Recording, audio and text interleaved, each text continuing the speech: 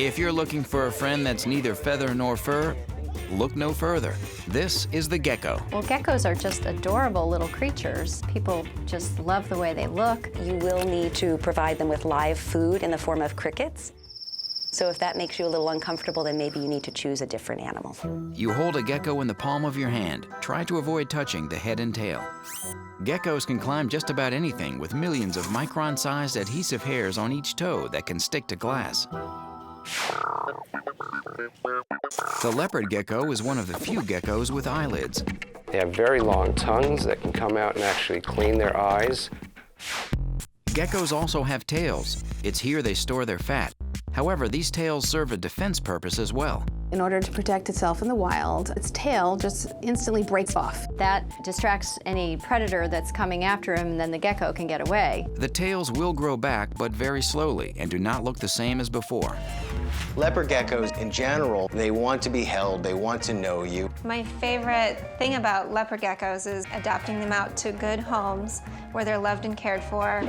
And today, home for one special leopard gecko is the first grade class of Mrs. Shaw.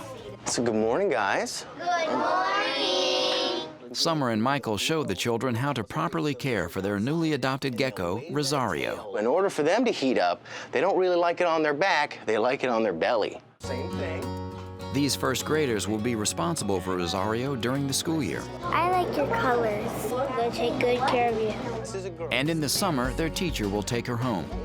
But the kids will never forget their year with one special leopard gecko. There's nothing quite like seeing their eyes light up when they find something new. It looks pretty comfy. So, think you can handle a gecko? These pets require a lot of very special care. First, they're ectothermic, which means they adjust their body temperature to their environment. So the temperature of the terrarium for each species is crucial. They need to have a temperature range in their tank from the high 80s and 90s in the basking zone down to the low 70s, which is their cool zones. Consult your vet about the proper setup for your gecko, from the material you line the terrarium with to the type of hiding place you provide. The biggest health problem seen in most geckos is dehydration. However, there are certain diseases to look out for. They can have bacterial infections, they can have infections with parasites, so it's good to make sure that they get checked out by their veterinarian. And because reptiles can carry bacteria like salmonella, always wash your hands after handling them. Geckos are insectivores, or insect eaters. That means you have to provide them with live food, like mealworms, crickets, and waxworms. But again, how much you feed your gecko depends on the type. If you don't feed your gecko the right amount of protein, they're going to have a lot of health problems. Geckos are not for the faint of heart or small children who might play too roughly with them. Leopard geckos can live 16 years, so you must really be sure this is the pet for you before you commit. But with the right care, a gecko can make a really cool pet. In general, it's important to understand that each gecko species requires different care. Contact your vet about how to properly care for your type of gecko. Be sure to wash up after handling them. Make sure you provide them with the proper environment and meals of live insects to keep them healthy. Geckos can live long lives. They are not good pets for children under 5, pregnant women, the elderly, or people with compromised immune systems.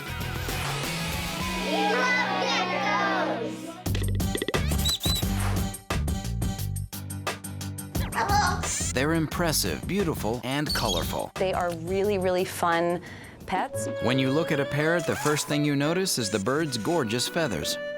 Sometimes designed to blend in with the jungle, or sometimes to be very showy and flashy. His curved bill is nothing to chirp at. They use that beak to help them crawl up trees, so it's actually kind of like another hand. Parrots have 2 clawed feet with 4 toes each, 2 pointing forward and 2 pointing back. To hold them, keep a steady finger or hand outstretched close to your body. But it's the parrot's throat that intrigues us most. Parrots do not have vocal cords like we do. They have a syrinx, which is located in the trachea. They make sounds by expelling air across the mouth and inside the walls of the syrinx. All the membranes vibrate and produce the bird's vocalization. What color? What color? Yellow, good boy. What color? Orange. Orange, good birdie. Dr. Irene Pepperberg, who's been studying parrots for more than 30 years, says bird communication is not a pastime for her. It's her life's passion. Here in Irene's lab at Brandeis University, she and her staff spend several hours a day talking to and monitoring African gray parrot speech. Right now, we're just asking him some of his objects that he can recognize. So we have wood. What's the matter? Wood. Good boy. Go ahead with toy. Nail. Good birdie. Griffin is a 15-year-old African gray parrot and is now Irene's main focus. They deduced that parrots are not just mimicking us. They really are using their brains, just like first graders. What sound? Good birdie. What matter? Whoa, good parrot. You're such a good boy. They're spending their lives, helping us understand the intelligence of their species. And so if you want to have a pet parrot, make sure you get a large lead-free cage. The general rule of thumb is to have it twice as wide as the wingspan. But don't keep them cage-bound all the time. They need exercise too. Parrots in general are pretty healthy, although they will destructively pick at their feathers if left alone too long. It's obsessive-compulsive disorder.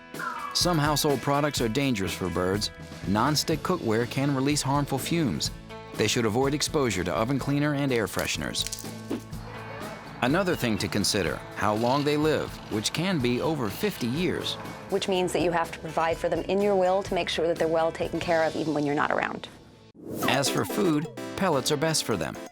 And while parrots can make wonderful pets, they're not easy pets, so choose the right one. Some birds can scream a lot, so you have to be very careful to pick the right bird.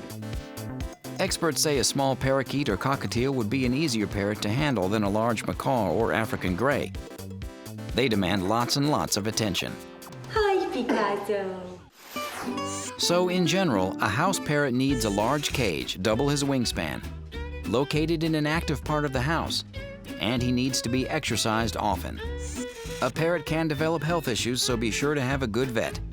Pellet food is best for parrots, but most importantly, when deciding if a parrot is a good pet for you, remember they need lots of attention and live very long lives.